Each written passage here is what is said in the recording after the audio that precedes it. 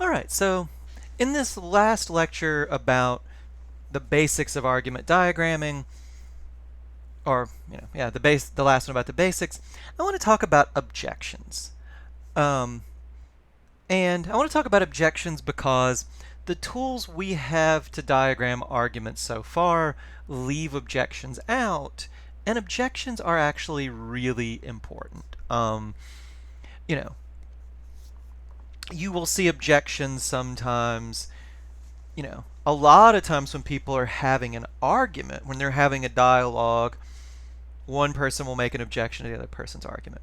But you'll see these in writing sometimes, right? You know, and a lot of times in good writing, people will think about the possible objections to their argument, right?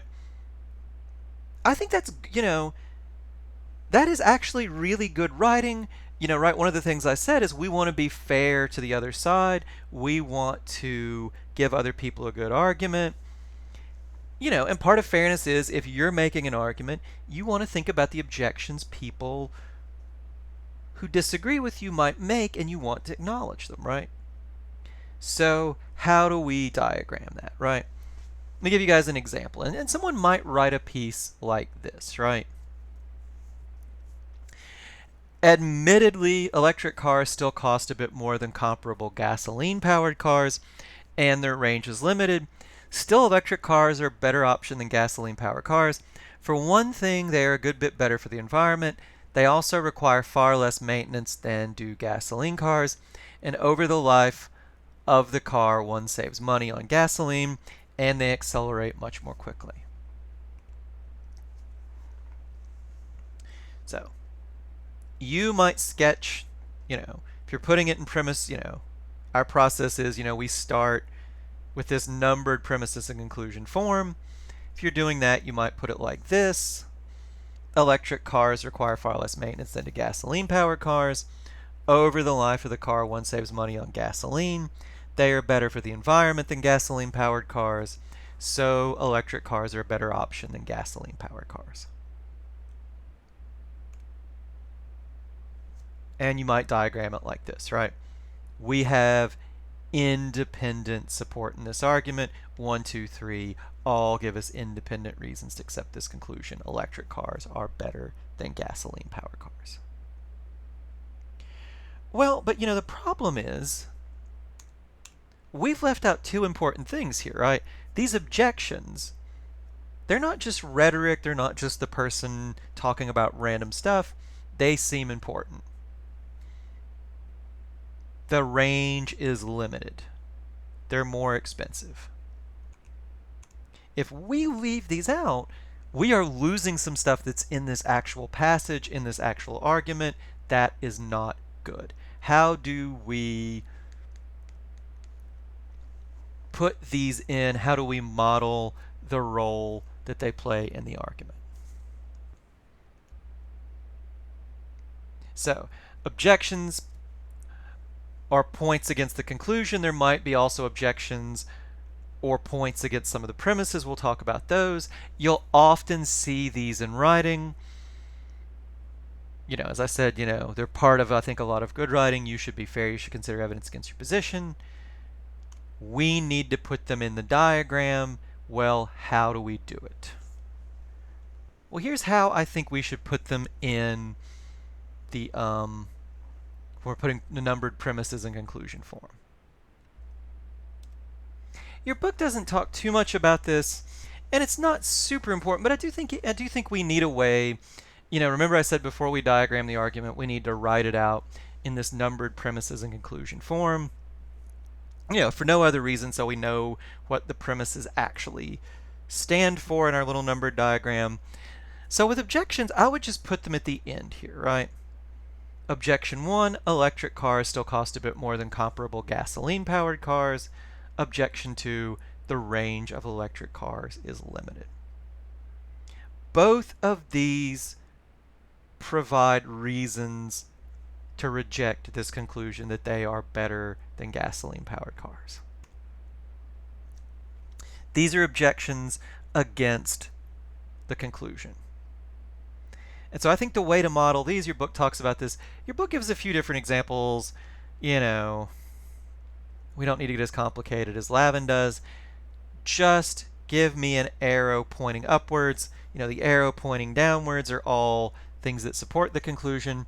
Upwards are things that are against it, right? You want to be really clear which is good. Add these little broken lines to show that they're different than the premises.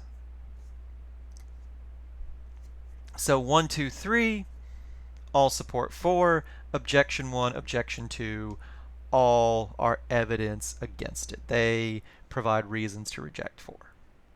Person who makes this argument thinks that 1, 2, 3 give us better reasons to accept than objection 1 and 2 give us to reject, but they still put them in there as things we should consider. Now, in this argument, the objections are against the conclusion.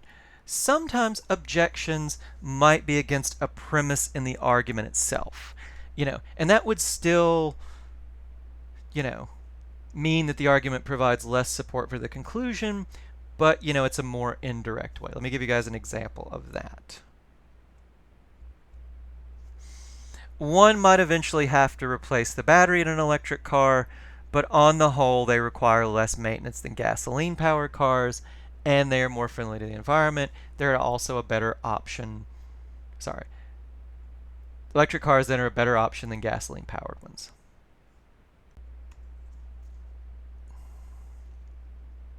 So here's what I think the argument looks like if we're going to list it in premises and conclusion form. Electric cars require, on the whole, they require less maintenance than gasoline-powered ones. They are more friendly to the environment. So electric cars are a better option than gasoline-powered cars. Objection, one might eventually have to replace the battery in an electric car. Well, you might give this as a reason. You might think, well, this is evidence against 3, but it seems more directly to undermine 1, right? What is replacing a battery? It's a form of maintenance. Replacing this battery, the main battery that drives the car, that's not a form of maintenance you would have to do in a gasoline-powered car. So that kind of undermines 1, this idea that they require less maintenance. So if you were going to diagram this one, how would you do it? I think something like this, right? 1 and 2 provide independent support for 3. The objection gives us reason to reject 1. Now, the person making this argument doesn't think it's enough reason, a compelling reason, doesn't show that 1's false, but it's some reason to doubt 1, right? So, objections can be against the conclusion. They can also be against a premise in the argument. Objections, one other thing, and this is a little trickier, they can be against an inference from a premise or set of premises. So, think of this dialogue, right? My Toyota, this guy Bob says, my Toyotas had constant maintenance problems, so Toyotas aren't as reliable as they're made out to be. Jim says, well, one person's experience doesn't tell us much about how reliable a car is in general.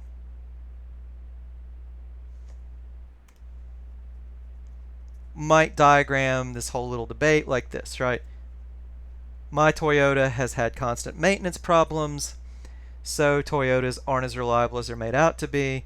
Objection, one person's experience doesn't tell us much about how reliable a car is in general. Now ask yourself, what is Jim doing here, right? Is Jim objecting to Bob's claim that his Toyota has had constant maintenance problems? Is he like, oh, no, man, your car hasn't been so bad. No. No, right? He doesn't object to that. He doesn't push back on that. As far as this argument goes, he accepts premise 1. He accepts Bob's claims, oh, my car has had these constant maintenance problems, right? What he's doubting, what the objection is supposed to undermine, is the claim that the fact his car has had constant maintenance problems shows that as a kind of car, Toyotas aren't reliable. So what the objection is against is this inference from 1 to 2. Let me give you guys, this is a little tricky, the distinction between challenging a premise and challenging, the inference from a premise or premises. So let me give you guys one more example that I think will help. So here's another example. Political prediction sites like 538 said it was very unlikely that Trump would win the 2020 election. But Trump won the election, so some people conclude that such prediction sites are inaccurate. However, this may be too hasty, since to say something is unlikely doesn't mean it won't happen. Unlikely things happen all the time.